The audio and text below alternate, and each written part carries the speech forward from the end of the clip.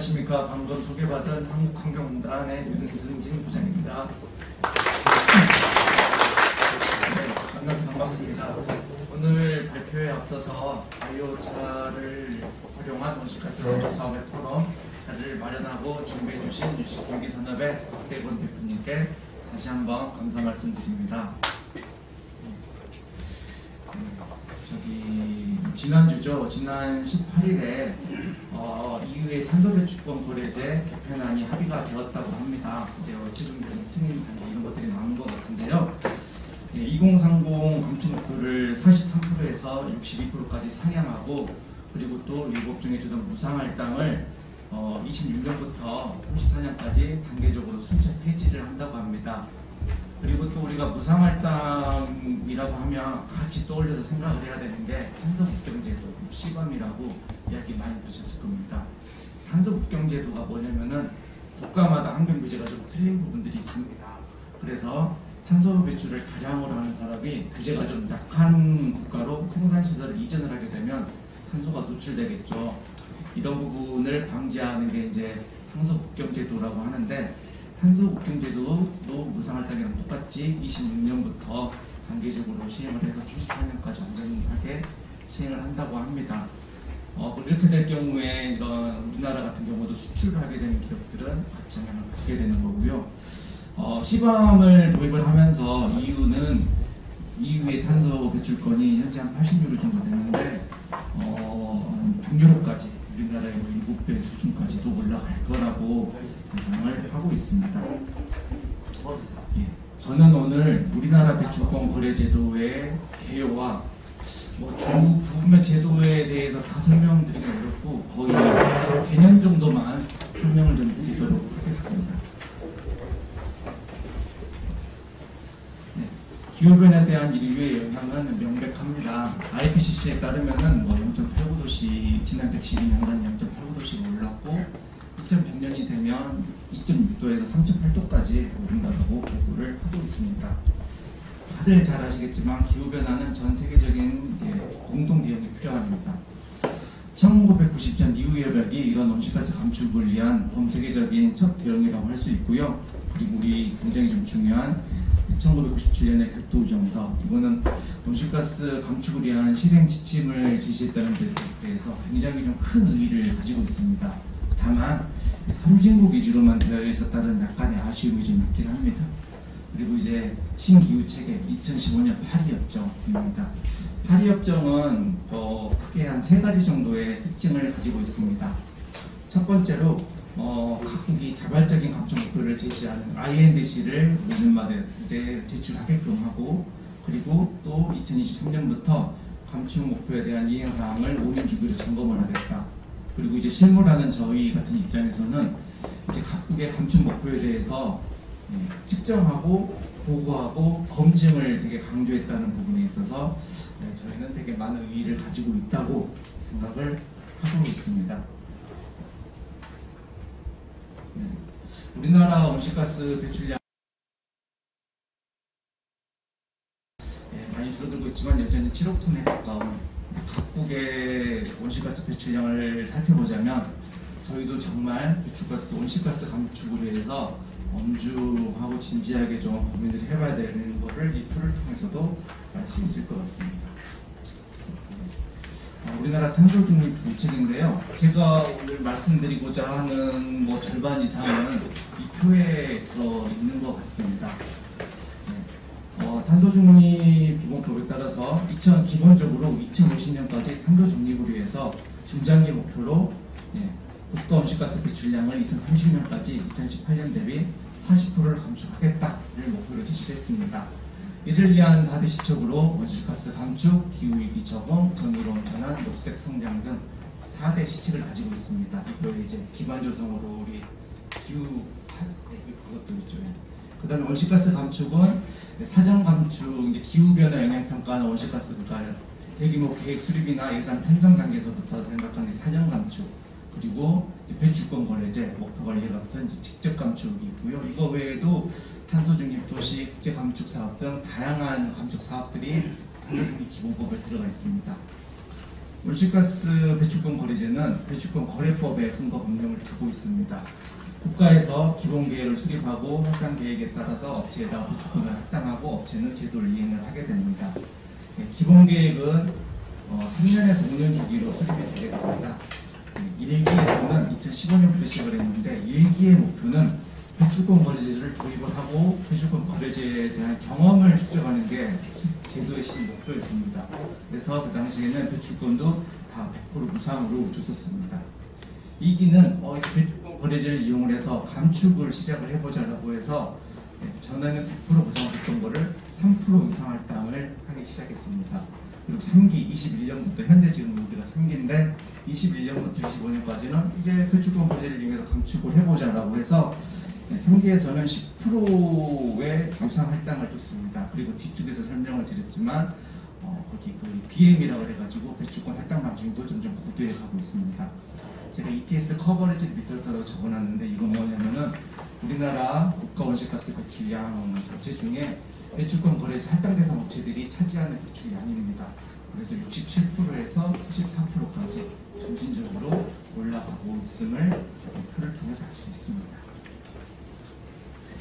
이 표가 앞서서 보여준 이 표가 실은 오늘 발표하고자 있었던 내용의 대부분이고요. 우리나라 온실가스 배출량 및 감축 목표입니다.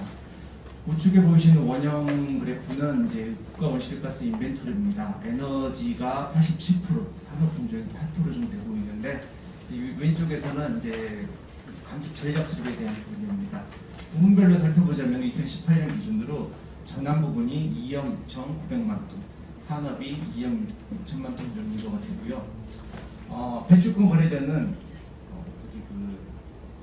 2030 현 NDC를 기준으로 해서 이 목표를 달성하기 위해서 배출권 거래제의 할당량이 되는 것들이 산정이 되어 있습니다. 하지만 이제 이 부분이 이게 아니라 작년 말에 2030 NDC 상향안이라고 해서 이게 새로 수립됐죠. 그래서 이거는 이제 2018년 대비 40%를 감축하고자 최종적으로 4억 3,600만 톤을 감축을 하는 게 NDC 상향안의 주요 내용입니다. 분야별 감축량에 대해서 간략히 한번 설명을 드리겠습니다. 여러 가지 부분이 있는데 이제 가장 큰 전환 부분은 에너지 믹스나 이런 걸 통해 가지고 1억 2천만 톤 정도를 여기서 줄이고자 합니다. 해당 분야의 44%를 줄이려고 하고 오늘 우리 이제 바이오 차지 않습니까? 농축수산에서는 배출량 2,470만 톤을 1,800만 톤으로 약 670만 톤을 줄이고자 하고요. 세부적인 감축 전략으로 살펴보자면은 저탄소 농업에서 바이오차 보고 확대 등을 통해서 290만 톤 정도를 감축하는 것을 감축 전략에 반영이 되어 있습니다. 선조준 체계고요. 다음 배출권 거래제 개요에 대해서 설명을 드리도록 하겠습니다. 배출권이란 국가 온실가스 감축 목표 달성으로 해서 개별 온실가스 배출 업체에 할당되는 온실가스 배출 허용량입니다. 그 다음에 이렇게 배출권 할당 대상 업체는 온실가스 감축 비용을 고려해서 직접 감축 활동을 하거나 배출권 거래 시장에서 배출권을 확보하여 제도를 이행을 하게 됩니다. 업체 입장에서 할당량이 자기가 배출하는 양보다 훨씬 많으면은 굳이 감축 활동을 하지 않겠죠. 할당량이 배출량보다 조금 적으면은 LED 전등으로 교체하든지 소극적인 감축 노력을 하게 될 겁니다. 그런데 할당량이 자기가 배출하는 양보다 현저히 줄어들게 되면은 신기술 도입이나 배출량을 줄일 수 있는 근본적인 개선 방식에 대해서 굉장히 좀 고민을 많이 하게 될 겁니다. 배출권 거래제는 첫 번째로 국가에서 온실가스 감축 목표 달성을 위해서 개별 업체에다 배출권을 할당하게 됩니다. 할당 대상 업체는 실제 배출한 온실가스를 이제 배출량을 다 작성을 해서 보고를 하고 거기에 대해서 적합성 평가를 받은 이후에 정부에서 배출량을 인증을 해주게 됩니다. 그러면 다시 할당 대상 업체는 인증받은 배출량에 상응하는 배출권을 정부에 제출해야 됩니다. 이때 저 배출권 할당량을 이용해서 제출하게 되고요. 만약에 배출권 부족분이 발생이 되게 되면은 배출권 시장 가격의 3배 정도의 과징금을 부과하도록 되어 있습니다. 업체는 예, 저 배추권 할당에 필요한 부분이 있으면은 배추권 거래 시장을 이용해서 배추권을 매도 매수하거나 이율하거나 차입하거나 해서 배추권을 확보를 하게 됩니다. 이게 배추권 거래 제도의 큰 개념입니다. 이 정도만 마치고 하고 발표를 마쳐도 되겠습니다만은 조금 더 설명을 드리도록 하겠습니다. 배추권 거래제는 6개 부분에 있어서 이렇게 지정이 되고 있고요. 할당 대상 업체는 아무나 다 되는 건 아닌 거고, 배추가스 연간 배출량이 12만 5천 톤이거나 또는 2만 5천 톤 이상의 사업장을 하나 이상 보유한 업체가 됩니다. 그리고 직접 배출에 일부로부터 공급받은 간접 배출도 다 포함이 되어 있습니다. 네, 계획기간별 운영에 대해서는 앞서 제가 한번 설명드렸는데 다시 한번 짚어보자면 1차 계획기간은 배추권 거래자 안착이 목표였었고요. 2차 계획기간부터 배추권 거래자를 위해서 감축을 하기 위해서 유상 할당을 도입을 했고 BM들이 할당을 했습니다. 확대를 했습니다. 3기부터 적극적인 감축을 위해 유상 할당을 10%까지 확대를 하고 BM도 계속 확대를 해 나가고 있습니다. 배추권 거래제 운영 절차, 이 부분 앞서 설명드린 기본적인 개념을 좀 상세히 설명드린 거고요. 네, 그 다음에 환경부 총괄 기관 체제로 해서 움직여지고 있는 제도입니다. 배출권은 배출권 총수량과 배출 허용 총량, 그 다음에 배출 허용 총량 시장 운영을 위한 예비분으로 구성이 됩니다. 상기에 배출 허용 총량은 약 30억 톤 정도 됩니다. 이 중에서 사전 할당을 해서 29억 톤이 연간 5년 주기로 하면 연간 한 5억 9천만 톤 정도 되는데요. 이 부분은 사업장에 다 사전에 할당이 되어 있습니다.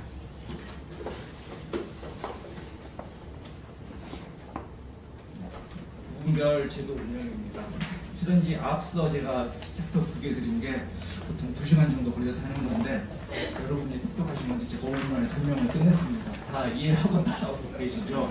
그러면 저희가 이제 심화 과정에 대해서 이게 보통 8시간짜리인데 심화 과정에 대해서 설명을 드리도록 하겠습니다.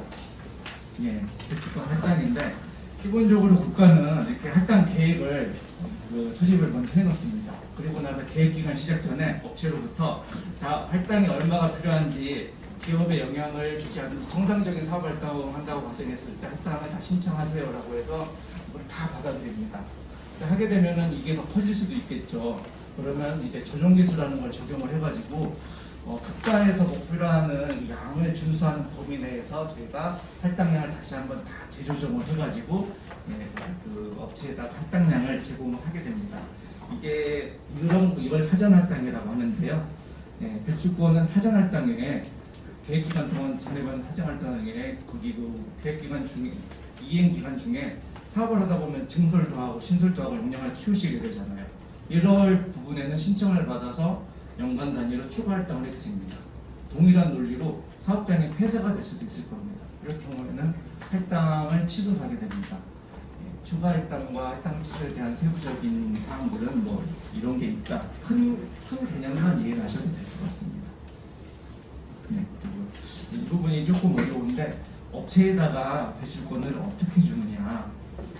기본적으로 이제 신청 주는 한 대로 다 받는 건 아니고요. 몇 가지 좀 절차가 있습니다. 크게는 GF 할당과 BM 할당으로 나눠집니다. GF 할당은 과거 배출 실적을 그대로 근거로 해서 하는 건데 저거 브랜드 파더링을 영어 그대로 부사하게 되면 그냥 기득권입니다. 기득권을 인증해 주는 겁니다. 니네가 그동안 이렇게 했으면 그대로 다 줄게. 과거에 100씩 나갔으면 이번에도 100씩 나간다고 치고 100이라고 줄게 라고 하는 거고요.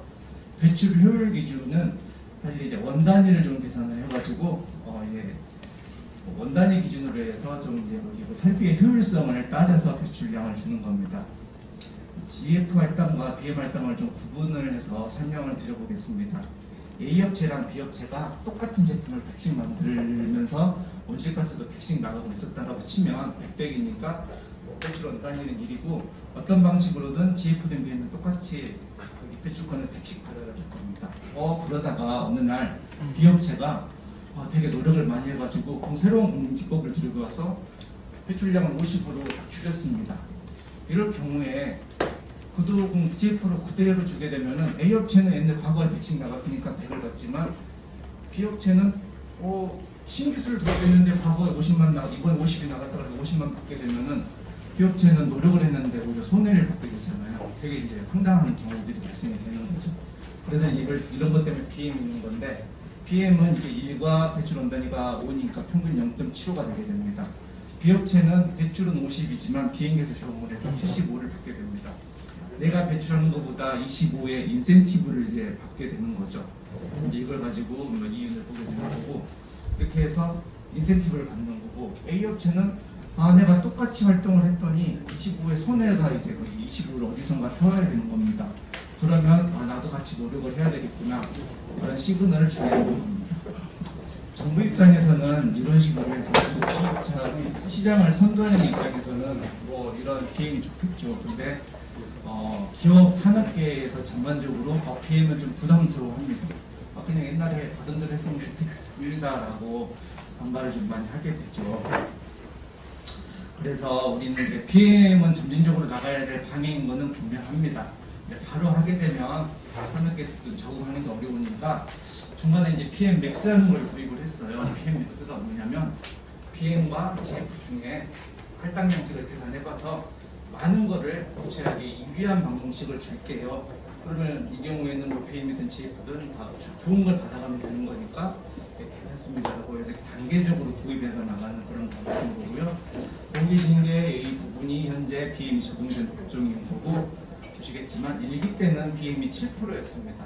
현재 BM은 62%까지 가고 있고요. 향후에는 이제 26년부터는 75%까지 가자라는 게 정부의 목표입니다.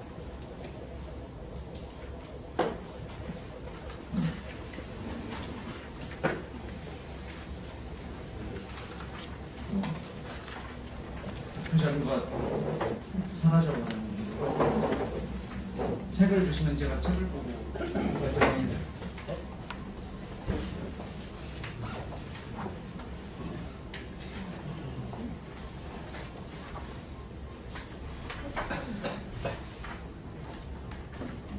책 주시면은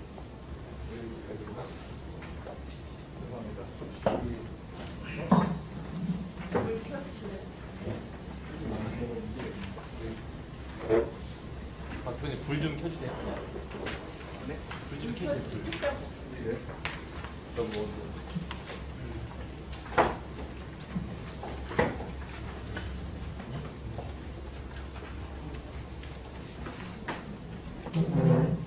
봐주시는 동안에 제가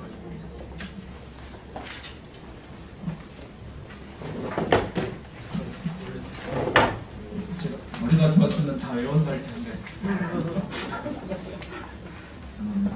제가 앞서 거기 그 배출권은 국가에서 기업에다가 이렇게 할당량을 받아서 할당을 해준다고 말씀을 드렸잖아요.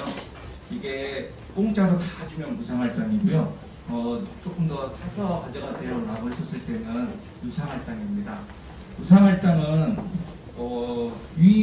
유럽 EU에서도 제도 시행 초기에 기업 산업계의 반발을 좀 완화하기 위해서 배출권을 초기에 도입을 하는 방식인데, 이 제도의 맹점은 뭐냐면, 이분들은 맹점은 뭐냐면은 내가 감축 노력을 하나도 안 했음에도 불구하고 시장의 상황으로 인해서 배출권이 막 남는 경우들이 있습니다. 그러면은 이거를 형제 이윤이라고 하는데, 노력을 하나도 안 하고 국가에서 준 배출권은 자기가 이제 배출권은 이제 거의 유가성을 가지고 있으니까 쓰게 되는 형제 이윤이 발생이 되기 때문에 이제 거기 그 유상할당만 차츰 줄여나가야 되는 거고요. 반면에 유상할당은 원론적으로 따지자면 환경의 기본 원칙이 있죠. 오염자 원인 부담 원칙, 환경을 하면서 제일 크게 바라보는 기준 중에 하나인데, 유상할당은 오염자 부담 원칙에 부합이 됩니다. 근데 이걸 무작정 도입을 했었을 때는 어느 나라는 배출권 때문에 이게 비용이 좀 많이 들고, 상대적으로 수출기업 입장에서 봤었을 때는 누군가는 되게 싸게 배출권에 대한 부담 없이 싸게 하게 된다면은 유상할당을 마냥 내렸을 경우에는 가격 경쟁력이 좀 떨어질 수 있어요. EU에서 그 시방을 요구하는 이유들도, 그 다음에 무상할당을 줄여가는 이유들도 이런 가격 경쟁력 때문에 계속 유상할당을 26년부터 시행을 해서 단계적으로 순차적으로 확대를 하고자 하는 겁니다. 근데 유상할당은 또 가고자 하는 방향이지만 무작정 다 유상할당을 줬다가 큰일 납니다. 그래서 업체의 부담도 좀 고려를 해야 되고 국가 경쟁력도 고려를 해야 돼서 몇 가지 좀 기준을 뒀습니다. 수출 기업이나 이런 것들에 대해서는 100% 보상을 주기도 하고, 그리고 지자체나 이런 것 법에서 정한 규정에 따라서 100% 보상을 준다라고 정해져 있습니다. 그런 자료를 보시면 될 것 같고요. 그리고 업체별 할당량과 산정 기본 체계, 이 부분은 되게 복잡한 표이긴 한데 그냥 맨 위쪽에 있는 사전 할당, 추가 할당, 할당 취소가 있고 각각의 할당은 이렇게 복잡한 것들을 가지고 계산하는구나라고 아시면 될 것 같습니다. 배출량 적합성 평가 및 인증입니다. 제가 이제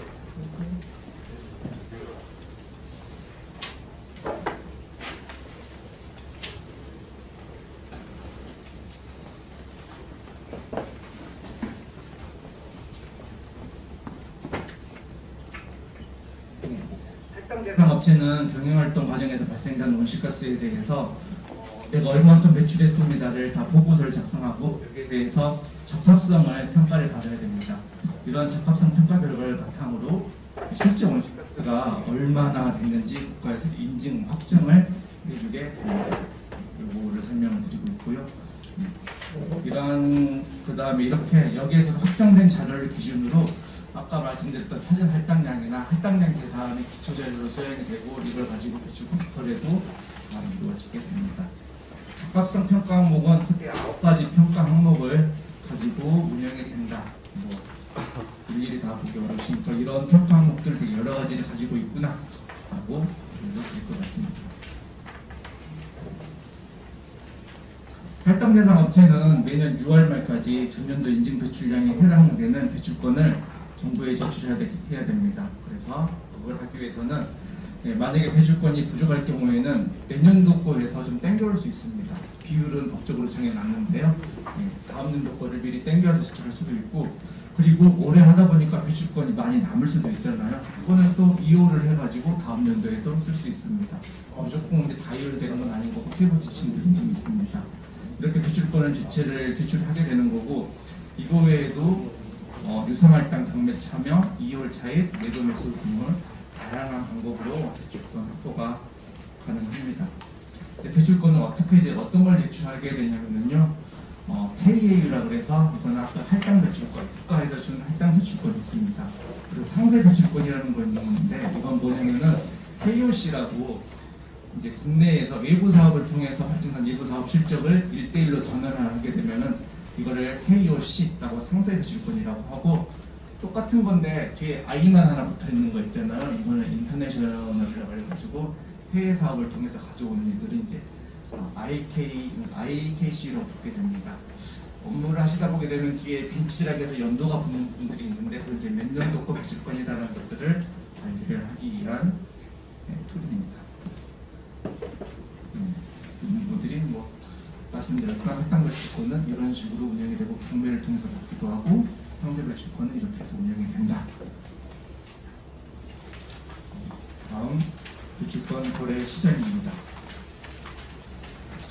배출권 거래 시장은 참여자는 크게 4개로 나눠집니다. 할당 대상 업체, 그리고 증권사, 시장 조성자, 그리고 이제 일부 사업 참여자, 이렇게 4군데에서 같이 배출권 거래 시장에 참여를 할 수 있습니다. 배출권 거래는 장내 거래, 장외 거래, 경매로 또 구분을 설명할 수 있는데요. 장내 거래는 그동안의 거래량을 찾아보게 되면 총 33%, 그다음에 장외 거래는 54% 정도를 차지를 하고 있습니다. 경매는 유상할당 대상 업체들이 이제 거기 경매를 통해서 정부로부터 사는 그런 건데 한 달에 한 번 정도 경매 시장이 열리게 되면은 그때 참여를 하게 되고요. 그동안의 총 거래량 중에 약 13%가 부담입니다. 2015년부터 지난 9월달까지의 우리나라 총 온실가스 배출권의 거래량은 2억 6천만 톤이고 거래 대금은 6조 3천억 원 정도가 됩니다. 금액이 많이 왔다 갔다 하고 이제 정산 시기랑 맞물려서 금액이 좀 변동이 되고 있는데 현재 배출권 거래제 가격은 뭐 16,000원, 5,000원 굉장히 좀 많이 좀 떨어져 있는 그런 상태입니다. 네, 그래서 배출권 거래제 시장 안정화를 위해서 정부는 되게 많은 노력을 하고 있고요. 뭐 일부분을 공급한다든지 배출권 급등락 시에 최고 최저 매매 가격을 설정하는 이런 이제 시장 안정화 조치라고 하는데 이런 걸 운영하게 됩니다. 그리고 참고로 설명을 드리자면은 이게 거래시장이라고 해서 많은 분들이 되게 연간으로 주게 되면 거래량이 적은 거 아니라고 생각을 하시는 건데 앞서 제 설명을 조금 기억하신다면 이제 그게 잘못됐다는 걸 아실 겁니다. 배출권을 받은 거를 다 팔 수는 없습니다. 내가 하면서 부족한 부분이거나 남는 부분이 있으면 이거를 파는 거지 무작정 다 팔아 버렸다가는 뭐 나중에 파지금을 굉장히 많이 먹게 되는 거고 또 그렇게 부도덕하게 파는 걸 막기 위해서 뭐 보유 한도라는 것도 법적으로 정해져 있습니다. 그래서 거기 실제 거래에서 움직이는 거는 이제 배출량 감소가 부족분 이런 것들이 위주로 움직이게 된다는 부분을 제가 말씀을 드리고 싶고요. 어쨌거나 배출권 거래 활성화를 위해서 정부 많이 하고 있고 그다음에 또 거래량 많이 늘어나고 있는 것 같습니다. 이상으로 배출권 거래제도의 개념, 그다음에 주요 이제 업무에 대해서 간략하게 설명을 드렸는데 많이 이해가 되셨는지 모르겠습니다. 더 궁금하신 게 있으면 나중에 불러주신 제가 좀 긴 시간을 가지고 설명을 드렸으면 좋겠고요. 짧거나 혹시 궁금하신 거 있으면 제가 여기에서 답변을 주고받고 해도 되나요? 아니면 나중에 말로 네, 하시나요? 네, 하시죠. 뭐 질문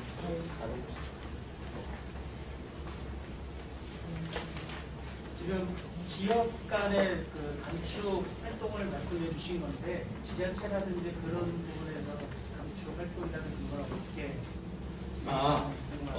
배출권 거래제 할당 대상 업체에 대해 설명을 드렸잖아요. 거기 공동화소 시설이나 매입장에서 대규모 시설을 가지고 있어서 시설 단위가 25,000톤 이상 이런 경우에는 배출권 거래제 할당 대상 업체가 되게 됩니다. 그러면 당연히 시장의 가치 이 부분에 있어서 할당 대상 업체니까 참여가 가능하게 됩니다.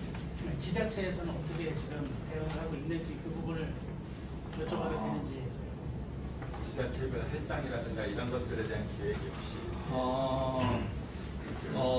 제가 그 부분은 설명드리기가 좀 어려울 것 같습니다. 지자체는 사실 거기 그 중간에 아까 목표관리제가 거기 그 자료에는 있긴 하게 됐지만 양은 많지 않습니다. 목표관리제가 사업장 목표관리제, 그 다음에 공공부문 목표관리제, 공공부문은 건물과 이제 차량에 대해서 하는 부분이 있고 그렇게 해서 이제 목표관리제가 기본적으로 지자체는 들어가고요. 그리고 탄소 중립이라고 해서 다양한 정책들을 많이 하는데 제 전문이 배출권 거래제다 보니까 그 외적인 부분은 어려울 것 같습니다. 관심 갖고 들어주셔서 되게 감사합니다. 이상으로 발표를 마치겠습니다.